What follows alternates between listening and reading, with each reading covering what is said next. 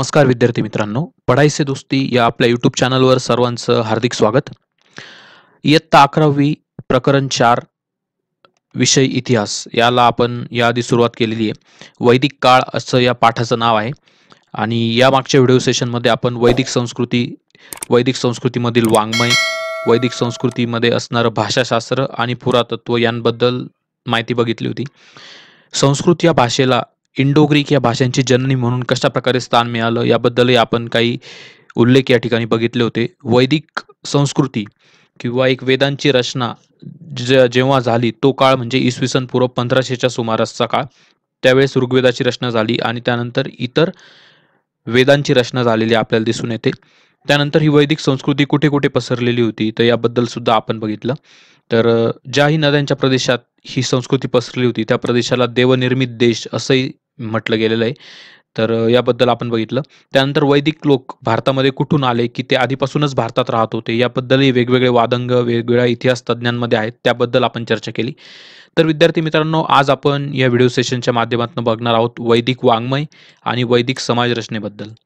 तर वाङ्मय हे एक असं साधन आहे की ज्यामुळे आपण एखाद्या विशिष्ट कालखंडाची समाज रचना, त्या लोकांचं आर्थिक जीवन, सामाजिक जीवन, त्यांचं आध्यात्मिक जीवन किंवा त्या काळामध्ये प्रचलित असणाऱ्या रूढी परंपरा यांबद्दल माहिती घेऊ शकतो. बरोबर.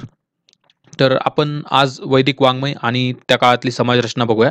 वैदिक वाङ्मय भारतातील सर्वाधिक प्राचीन साहित्य मानलं जातं मित्रांनो. वैदिक वाङ्मयाची भाषा जी आहे, मूळ भाषा ती संस्कृत आहे. म्हणजेच काय की हे जे वेद आहेत ते संस्कृत भाषेमध्ये रचले गेलेले आहे. आपल्या सर्वांना माहिती आहे की वेद कोणकोणते? 4 वेद आहे मुख्यतः: ऋग्वेद, यजुर्वेद, सामवेद आणि अथर्ववेद. तर हे 4 वेद आपल्या सर्वांना ज्ञात आहेत. तर हे 4 वेद म्हणजे वैदिक वाङ्मयाचा मूळ गाभा आहे असं म्हटलं जातं. या 4 वेदांच्या ग्रंथांना संहिता म्हणतात. बरोबर. तर हे 4 ग्रंथ आपण एकत्रितपणे त्यांना संहिता म्हणून संबोधतो.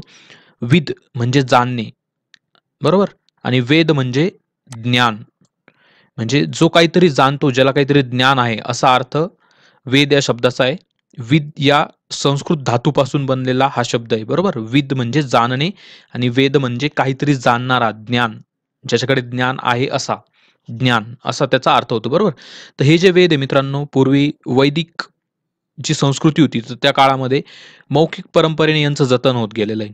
म्हणजे एका पिढीकडनं दुसऱ्या पिढीकडे हे जे ज्ञान संक्रमण होत होतं तर ते मौखिक पद्धतीनं, म्हणजे एक पाठांतराच्या माध्यमातनं किंवा काही स्टोरीजच्या माध्यमातनं, कोणत्याही प्रकारचं लिखित साधन त्यावेळी नव्हतं. तर हे मौखिक परंपरेनं हे ज्ञान जतन केलं गेलं आणि कालांतरानं हे ज्ञान एक त्याची रचना केली गेली, म्हणजे ते लिखित स्वरूपामध्ये प्राप्त झालं. म्हणजे लोकांनीच ते रचलं, पण ते वैदिक काळाच्या नंतर घडलेली घटना आहे असं आपण म्हणू शकतो. तर बघूयात वेगवेगळ्या 4 वेदांबद्दलची माहिती. सर्वप्रथम म्हणजे ऋग्वेद. तर ऋग्वेद काय मित्रांनो, तर यामध्ये देवांची स्तुती करण्यासाठी रचलेली पदे आहेत, त्यांना ऋचा असं म्हणतात. बघा, वेदांच्या ऋचा हा शब्दप्रयोग तुम्ही बऱ्याच ठिकाणी ऐकला असणार. तर देवांची स्तुती करण्यासाठी रचलेले जे काही काव्यपंक्ती आहेत त्यांना ऋचा असं म्हटलं जातं. अनेक ऋचांचा एकत्र गुंफून तयार केलेला संच म्हणजे सूक्त. बरोबर. तुम्ही बरेच सूक्तांबद्दल नाव ऐकले असतील. श्री सूक्तम, ओके, त्यातलं एक आहे. तर सूक्त म्हणजे काय की अनेक ऋचा एकत्र करून त्यांचं एक जे स्तोत्र तयार होतं किंवा एक जो संक तयार होतो त्या ऋचांचा, त्याला सूक्त असं म्हटलं जातं. अनेक सूक्तांचं मिळून एक मंडल तयार होतं. बरोबर. तर जसं की आपले वेगवेगळे राज्यशास्त्रामध्ये आपण वेगवेगळे गट बघतो नाही का, स्थानिक स्वराज्य संस्था, राज्य सरकार, केंद्र सरकार. बरोबर. तर अशा प्रकारे ही एक पायरी म्हणता येईल आपल्याला की सर्वात छोटा घटक म्हणजे पदे किंवा ऋचा, त्यांचा एकत्रित संच म्हणजे सूक्त, आणि असे अनेक सूक्त एकत्र केले म्हणजे त्याचं मंडल तयार होतं. बरोबर. तर अशा प्रकारे आपल्याला ऋग्वेदांची रचना या ठिकाणी बघायला भेटते. त्यानंतर आहे यजुर्वेद. यजुर्वेद काय आहे मित्रांनो, तर यज्ञविधीमध्ये म्हटल्या जाणाऱ्या मंत्रांचे संकलन करून त्याचे स्पष्टीकरण केलेलं आहे असा ग्रंथ म्हणजे यजुर्वेद. त्या मंत्रांचा उपयोग केव्हा आणि कसा करावा याचे मार्गदर्शनही या ठिकाणी केलेलं आहे. यज्ञात म्हटले जाणारे हे मंत्र म्हणजे ऋग्वेदातील ऋचाच असत. बरोबर आहे. तर ऋग्वेदातील ऋचाच, परंतु त्या यज्ञविधीमध्ये त्यांचा उपयोग काय, कुठे म्हटला पाहिजे, कशा प्रकारे म्हटलं पाहिजे, तर याचं मार्गदर्शन या ठिकाणी केलेलं आहे. पद्य स्वरूपातील ऋचा आणि गद्य स्वरूपातील त्यांचा मंत्र म्हणून उपयोग करण्यासाठी दिलेले स्पष्टीकरण अशी यजुर्वेदाच्या संहितेची रचना आहे.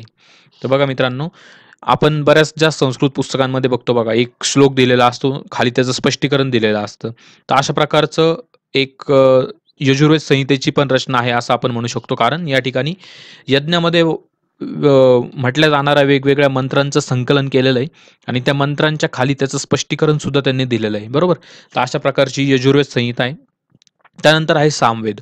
तर सामवेदमध्ये काय आहे, की यज्ञामध्ये ऋग्वेदातील ऋचांचे मंत्र स्वरूपात गायन कसे करावे, तर याचं मार्गदर्शन आहे बघा. एकेका टप्प्याटप्प्यामध्ये वेगवेगळ्या वेदांमध्ये वेगवेगळ्या गोष्टींचं एक संकलन केलेलं आपल्याला दिसून येतं. तर गायन पद्धती कशी असावी या ऋचांची, जे काही यज्ञविधीमध्ये म्हटले जातात, तर त्याचं एक संपूर्ण ज्ञान आपल्याला सामवेदाच्या द्वारे समजतं. बरोबर. तसेच भारतीय संगीताच्या निर्मितीमध्ये सामवेदाचे स्थान महत्त्वाचे आहे. आपल्याला माहिती आहे, की भारताला एक भव्य, एक उत्तुंग अशी शास्त्रीय संगीताची परंपरा लाभलेली आहे. तर या शास्त्रीय संगीताच्या निर्मितीमध्ये सुद्धा सामवेदाचं महत्त्वपूर्ण योगदान आहे, असं म्हटलं जातं. बरोबर? किंवा त्याचे पुरावे आपल्याकडे आहेत. अथर्ववेद दैनंदिन जीवनातील अनेक गोष्टी संबंधीचा विचार या वेदामध्ये केलेला आहे. त्यामध्ये आयुष्यातील संकटे, दुखणी यांवर करायचे उपाय आणि औषध योजना यांची माहिती दिलेली आहे. तसेच राजनीती संबंधी सुद्धा काही उल्लेख यामध्ये आढळतात. बरोबर? तर हे 4 वेद मित्रांनो ध्यानात ठेवायचे आपल्याला. सर्वप्रथम म्हणजे ऋग्वेद. ऋग्वेदामध्ये काय आहे, देवांची स्तुती केलेली त्या ऋचा आहेत. त्यानंतर यजुर्वेद. यजुर्वेदामध्ये काय आहे, की यज्ञामध्ये म्हटले जाणारे मंत्र आणि त्याचं स्पष्टीकरण दिलेलं आहे. सामवेदामध्ये काय मित्रांनो, की यज्ञविधीमध्ये जे काही ऋचांचं मंत्र स्वरूपात गायन केलं जातं, तर ते गायन कशाप्रकारे करावं याचं मार्गदर्शन आणि संगीताच्या निर्मितीमध्ये सामवेदाचं जे महत्त्वाचं स्थान आहे, तर त्या संगीत निर्मितीबद्दलची माहिती सामवेदामध्ये आहे असं आपण म्हणू शकतो. आणि अथर्ववेदामध्ये काय मित्रांनो, की दैनंदिन जीवनातील वेगवेगळ्या गोष्टींसंबंधीचा विचार त्या ठिकाणी मांडलेला आहे. तर आयुष्यातील वेगवेगळी संकट, वेगवेगळे दुखणे, त्यावरील उपाय आणि औषध योजना यांबद्दलची माहिती यामध्ये आढळते. तसेच राजनीती संदर्भातही काही माहिती अथर्ववेदामध्ये आपल्याला आढळते. बरोबर? तर अशा प्रकारे मित्रांनो आपण या 4 वेदांबद्दल माहिती घेतली. यानंतरच्या कालखंडामध्ये काय झालं मित्रांनो, की या वेदांच्या ज्ञानाच्या आधारे किंवा याच्यावरती काही सिंथेसिस होऊन वेगवेगळ्या इतर साहित्याची निर्मिती झाली आणि ते साहित्य म्हणजे कोणतं, की ब्राह्मण ग्रंथ. याला ब्राह्मणके पण म्हणतात. त्यानंतर आरण्यके म्हणजे काय, की जंगलात राहून किंवा वनांमध्ये विहार करून लोकांनी जी काही ग्रंथ रचना केली किंवा जी काही साहित्य निर्मिती केली त्याला आरण्यके म्हटलं जातं. उपनिषदे, म्हणजे च्या जवळ जाणे. उपनिषदे म्हणजे च्या जवळ बसून, एखाद्या गोष्टीच्या जवळ बसून तयार केलेलं साहित्य म्हणजे उपनिषद. उपनिषद. ओके. तर अशी या शब्दाची फोड तुम्ही करू शकतात. तर अशा प्रकारे या इतर साहित्याची निर्मिती पण कालांतराने झाली मित्रांनो. त्यांचा समावेशही वेद वाङ्मयामध्ये आपण करतो. वेद वाङ्मयाची निर्मिती दीर्घकाळ सुरू होती. ती पूर्ण होण्यास सुमारे 1500 वर्षांचा अवधी लागला असावा, असा एक इतिहासकारांचा अंदाज आहे किंवा त्यांचं एक अभ्यासाअंती त्यांचं एक मत आहे अशा प्रकारचं. वेदकालीन लोकजीवनाचा अभ्यास करण्यासाठी वेदवाङ्मय हे महत्त्वाचे साधन आहे. वेदकाळातील समाजरचना, कुटुंबरचना आणि दैनंदिन जीवन यांची माहिती आपल्याला या वेदकालीन किंवा या वेदवाङ्मयातनं मिळते असं आपण म्हणू शकतो मित्रांनो. बघा, आता आपल्याला एखाद्या कालखंडाची माहिती जर हवी असेल, तर त्या काळातील जे काही वस्तू, ज्या काही गोष्टी, जे काही लेखनकाम आपल्याकडे उपलब्ध आहे, तर त्यांचा आधार घेऊनच आपण त्या काळाबद्दल जाणू शकतो. तसं वेदकालीन संस्कृतीबद्दल आपल्याला जर माहिती हवी आहे, तर आपल्याला हे 4 वेद तसेच हे ब्राह्मण ग्रंथ, आरण्यके, उपनिषदे यांचा सहारा घ्यावा लागतो. आणि या सर्वांची निर्मिती होण्यास सुमारे 1500 वर्षांचा अवधी लागला असावा, असं इतिहासकारांचं म्हणणं आहे. तर बघूयात मित्रांनो, वेदकाळातील वर्णव्यवस्था कशी होती ते. आज या वर्णव्यवस्थेबद्दल खूप साऱ्या गोष्टी प्रचलित आहे किंवा खूप सारे लोक या वर्णव्यवस्थेवरती टीका करतात. परंतु मित्रांनो, वेदकाळामधली जी समाजव्यवस्था होती, जी वर्णव्यवस्था होती, ती जन्मावर आधारित नव्हती. म्हणजे एखाद्या व्यक्तीचा जन्म एखाद्या विशिष्ट कुटुंबात, एखाद्या विशिष्ट जातीमध्ये झाला म्हणून तो त्या जातीचा व्यक्ती किंवा त्या वर्णाचा व्यक्ती, अशा प्रकारची वर्णव्यवस्था ती नव्हती. ती एक प्रोग्रेसिव्ह सिस्टम होती. माणसाला उन्नत जीवनाकडे घेऊन जाणारी ती वर्णव्यवस्था होती. परंतु कालांतराने या वर्णव्यवस्थेमध्ये खूप कचरा घुसला. लोकांनी खूप साऱ्या परंपरा, रूढी त्यामध्ये घुसवल्या आणि त्यामुळे या वर्णव्यवस्थेवर टीका करणारे खूप सारे लोक आपल्याला समाजामध्ये दिसून येतात. बरोबर? तर वर्णव्यवस्था ही वेदकाळातील एक खूप महत्त्वाची कडी होती. खूप महत्त्वाचं असं ते साधन होतं, ज्यामुळे समाजामध्ये जो काही समाजाची घडी होती, ती व्यवस्थित बसलेली होती. समाज हा एक उत्तम रीतीने काम करत होता त्या काळात. परंतु त्यानंतरच्या काळामध्ये कालांतराने जो काही त्याच्यामध्ये कचरा घुसला, त्यामुळे या वर्णव्यवस्थेला काही त्यामध्ये दोष निर्माण झाले असं आपण म्हणू शकतो. परंतु जे लोक या वर्णव्यवस्थेवर पूर्णतः टीका करतात किंवा याच्या पूर्णतः विरुद्ध आहेत, तर त्या लोकांनी ही गोष्ट समजून घेतली पाहिजे, की वर्णव्यवस्था ही जन्मावर आधारित नाही, तर ती कर्मावर आधारित होती. बरोबर? तर ही गोष्ट या ठिकाणी ध्यानात ठेवली पाहिजे. बघूयात या वर्णव्यवस्थेबद्दल. वेदकाळातील समाजव्यवस्था ही ब्राह्मण, क्षत्रिय, वैश्य आणि शूद्र असे 4 वर्णांमध्ये विभागली गेलेली होती. 4 वर्णांवर आधारित या व्यवस्थेचा उल्लेख ऋग्वेदातील 10व्या मंडलात प्रथम येतो. बघा. तर ही जी वर्णव्यवस्था आहे, 4 याच्यामध्ये वेगवेगळे वर्ण आहे. ब्राह्मण, क्षत्रिय, वैश्य, शूद्र. या 4 वर्णांवर आधारित असलेली ही व्यवस्था, हिचा उल्लेख आपल्याला ऋग्वेदाच्या 10व्या मंडलामध्ये येतो. वेदकाळाच्या उत्तरार्धात वर्णव्यवस्थेतील सुरुवातीची लवचिकता नष्ट झाली. बघा, या ठिकाणी उल्लेख आढळतो मित्रांनो, की सुरुवातीला जी लवचिकता होती या वर्णव्यवस्थेमध्ये ती नष्ट झाली, तिला रिजिडिटी प्राप्त झाली. बरोबर? त्यामुळेच आपल्याला महाभारतातील कर्णासारखा एक उत्तुंग व्यक्तिमत्व गमवावं लागलं. जे की पांडवांच्या पक्षात राहिला असतं तर खूप काहीतरी वेगळं त्याचा परिणाम झाला असता. परंतु एक शोकांतिका आहे ती. कर्णाचं जीवन म्हणजे काय, की एक शोकांतिका आहे. आजचा युवक सुद्धा त्यावरनं खूप काही शिकू शकतो. बरोबर? तर ही गोष्ट आपण सुद्धा समजली पाहिजे, की वर्णव्यवस्था ज्यावेळी लवचिक होती, तर त्यावेळी रामराज्य होतं. परंतु वर्णव्यवस्थाच लवचिकता नष्ट झाली, त्यावेळी महाभारत घडलं. असं पण तुम्ही या ठिकाणी म्हणू शकतात. कारण रामराज्यातील समाजव्यवस्थेची घडी एक खूप सुदृढ अशी होती. समाजव्यवस्था खूप छान होती. म्हणून लोक आजही म्हणतात बघा, की रामराज्य आलं पाहिजे. बरोबर की नाही? किंवा मग महाभारताचं जे काळ होता, तर त्या काळामध्ये काय होतं मित्रांनो, की समाजातील वर्णव्यवस्था खूप रिजिड होती. त्यामुळे जो सूतपुत्र होता, म्हणजे एक रथचालक, जो सारथी होता, त्याचा मुलगा कर्ण, तथाकथित समाजानं त्याला शस्त्रविद्येला नाकारलं. बरोबर की नाही? त्याच्यामध्ये जे काही नैसर्गिक गुण होते, त्याच्याकडची जी काही धनुर्विद्या होती, ती समाजाने नाकारली आणि म्हणून तो कौरवांच्या पक्षात, एका अधर्माच्या पक्षात सामील झाला आणि त्यानंतर महाभारतात काय घडलं हे सगळ्यांनाच माहिती. बरोबर? ते काही सांगण्याची गरज नाही. म्हणजे काय, थोडक्यात सांगायचा उद्देश काय या ठिकाणी, की वर्णव्यवस्था ही वेदकाळामध्ये लवचिक होती. बरोबर? ती लवचिक असल्यामुळे त्या ठिकाणी कोणतंही द्वंद्व त्या समाजामध्ये नव्हतं किंवा उच्च-नीचता त्यामध्ये नव्हती. सर्व वर्ण हे समान एकमेकांना पूरक असे काम करणारे वर्ण होते. परंतु कालांतरानं जो कचरा त्या समाज व्यवस्थेमध्ये घुसला किंवा काही रूढी परंपरा आणि ती जी लवचिकता होती त्या वर्णव्यवस्थेत ती ज्यावेळेस नष्ट झाली आणि त्याच्यामध्ये एक रिजिडिटी आली, एक कर्मकांडीपणा आला, त्यावेळेस ती वर्णव्यवस्था समाजाचा एक काय म्हणतो आपण, समाजाच्या उन्नतीचा एक फास बनली ती. समाजाची उन्नती घडण्यासाठी ती एक बाधा बनू लागली. बरोबर? तर अशा प्रकारे अ, ह्या वर्णव्यवस्थेमध्ये काही चुकीच्या गोष्टी घुसल्या आणि त्यामुळे या वर्णव्यवस्थेची जी लवचिकता होती, तिची जी फ्लेक्सिबिलिटी होती ती नष्ट झाली. तसेच जातीव्यवस्थाही रुजली आणि समाजामध्ये विषमता निर्माण झाली. वर्ण आणि जात हे सुरुवातीला व्यवसायावरून ठरत असत. त्यानंतर जन्मावरून ठरू लागले. त्यामुळे त्यात बदल करता येणे अशक्य झाले. बघा मित्रांनो, ही गोष्ट तुम्ही सर्वांनी ध्यानात घेणं खूप महत्त्वाचं आहे. कारण आपण ज्यावेळेस इतिहास बघतो किंवा वैदिक धर्माबद्दल, त्यावेळेसच्या वर्णव्यवस्थेबद्दल चर्चा करतो ना, तर खूप लोकं याच्यावरती टीका करतात. पूर्ण अभ्यास न करता, पूर्ण त्यावरचं आकलन न करता ते त्यांची मतं मांडत राहतात. तर अशा व्यक्तींपासून, अशा लोकांपासून तुम्ही दूर राहा. तुम्ही स्वतः अभ्यास करा आणि मग तुमचं मत मांडा. हे खूप गरजेचं आहे. बरोबर? त्यानंतरची पुढची व्यवस्था बघूयात आपण, आश्रम व्यवस्था. तर आश्रम व्यवस्था ही काय मित्रांनो, तर मानवी आयुष्याचे एक 4 टप्पे मानून त्यानुसार व्यक्तीने एक आदर्श जीवन कसं जगलं पाहिजे, तर याबद्दल वैदिक लोकांनी काही एक आदर्श घालून दिला होता आणि ती आदर्श व्यवस्था म्हणजे आश्रम व्यवस्था.